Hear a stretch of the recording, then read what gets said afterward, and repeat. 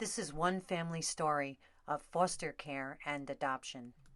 So I guess it was 2014, my husband and I were living in an apartment and we were just kind of like, we'd like a house. We definitely want it to be um, just the kind of view that we have of our home and of hospitality is we just want it to be a place that people feel welcome, that they feel just the love of Christ. They feel safe.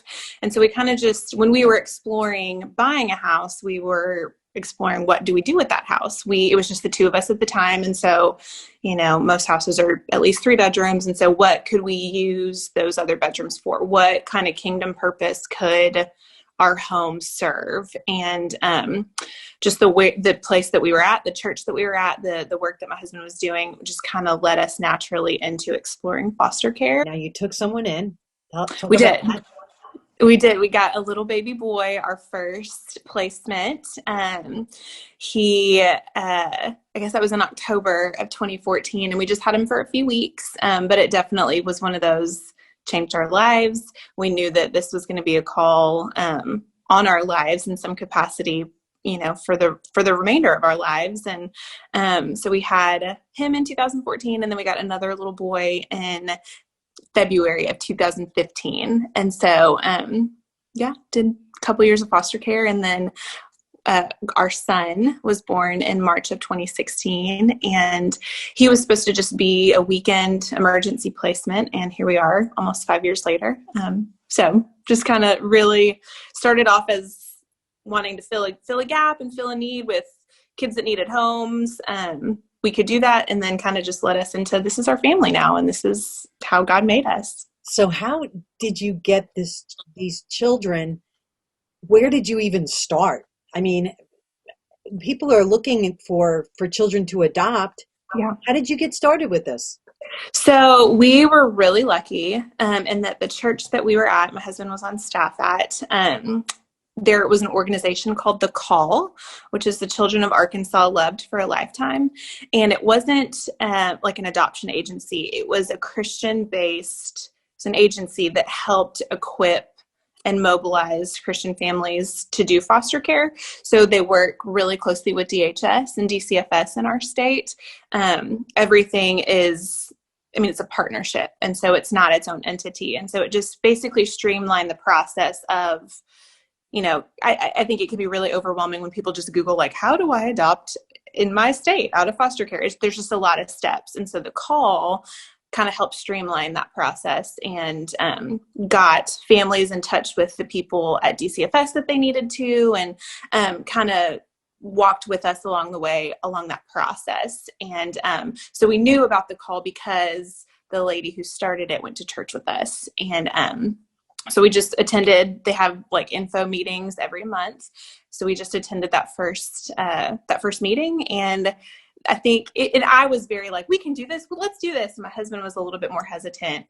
But when we were at our first info meeting, one of the statistics that they told us was that if one family from every church in Arkansas would open their homes to a child, there would be no more waiting kids. And I think that statistic for him was the turning point. And for me, it was so eye-opening that it's like, this is a need that actually we can fill, and like, this is doable. And so that's kind of how we got connected with The Call and with that. And so I would say anybody that's looking to do that, maybe start with a church first, see if there is an organization that kind of helps partner with your DHS or DCFS branch there. Just kind of have an extra set of hands and eyes and an extra person in your corner, I guess, if that makes sense. So you adopted these, they were children, grown-up children, or They were babies. They were babies. Yeah. So usually, and they're kind of the unicorns. Usually the average age, at least in Arkansas, in our state, is about 8 years old. The average child needing adoption is about 8 years old. And so our case was a little bit different. My kids, their birth mom we knew pretty early on that it was going to be an adoption case. And so usually older kids are the ones who need need homes the most. Everybody wants a, brand new shiny baby, and that's just not the reality of what the need is. And so we got our son from the hospital. He was a newborn, and then our daughter is his biological sister, and we actually got her a few months after we got him. Wow. I know. So they were 16 months apart. So we had a 20-month-old and a 4-month-old. And then you have the baby, right?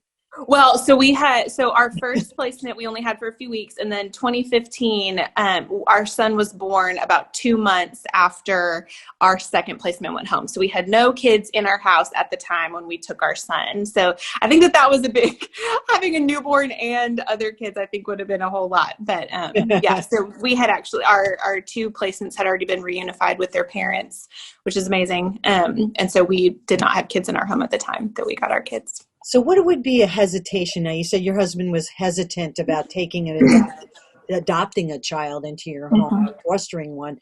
What is a hesitation? I think just, the loss of any sort, whether that's loss of space, loss of, sleep, or just the fear of the unknown, I think is a lot for me. And I remember so vividly sitting on our couch and just having the conversation.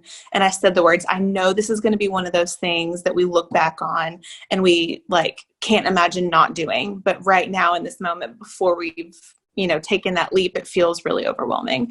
So I think just the fear of, what could go wrong? We could get a kid that needs a lot more than we can give. There's just a lot of possibilities that are there, and that's all those things are true. It is very overwhelming, but I think just the joy really outshines the fear. And I know that anything worth doing is worth risking, is worth risking that fear. And this is certainly one of those things the Lord has really stepped in and provided peace in the midst of the fear, and given us exactly what we need in the moments that we need them. And so I do think that fear plays a big part, but the joy, outshines any fear that we had. How many children would you say are waiting to be adopted? I know that nationwide, I know that it's at least 100,000. And so I think in our state, I haven't checked the latest numbers, but I know that at any one time, there's around 8,000 kids in foster care in our state. And that's either foster care or waiting to be adopted. So, it is a nationwide, there are plenty of children that are ready to be adopted, that can be adopted. It is a huge need, and it is one that, kind of like we said earlier, if families if just even one family from a community or one family from a church would step up and do that, this is a crisis that we really can solve. Okay. So the call, are they accepting applications for foster care right now? And adoption. Yes. And so, and again, I can only speak to Arkansas, what we're doing. And we're not in every county in Arkansas, but most counties have a call coordinator and a call organization in their county. You can, right now we're doing virtual information nights, like Zoom calls. And so you can, whatever county you are in Arkansas, you can check out the Facebook page. If you just go to the call Facebook page, that's the statewide page, and that would be able to direct you to your specific county. And then that can, tell you when the next information night is. So you just sign up for that, and it's a Zoom call. So everybody is safe. And that just gives you more information about how to get the process going. And then kind of talks you through any more paper. If you decide to go forward, talks you through more paperwork and just what the process is after that. So I would say just go to that, use that info night, Zoom in your jammies one night. So that is something that most, because again, the pandemic doesn't really, there's still kids coming in, and even a lot more, just because times are even crazier now. And so we've seen a really big influx of kids coming into care. And so definitely the need is still there. And so I would just say sign up for an info night and see if this is something that the Lord has called you to. We are all called as believers to care for orphans in some capacity. And this could be the way that, that you do. Well, I'm so glad that the Lord called you and you heard and you acted on it. So thank you so much for joining me today. Yeah, thank you for having me. It was such a pleasure.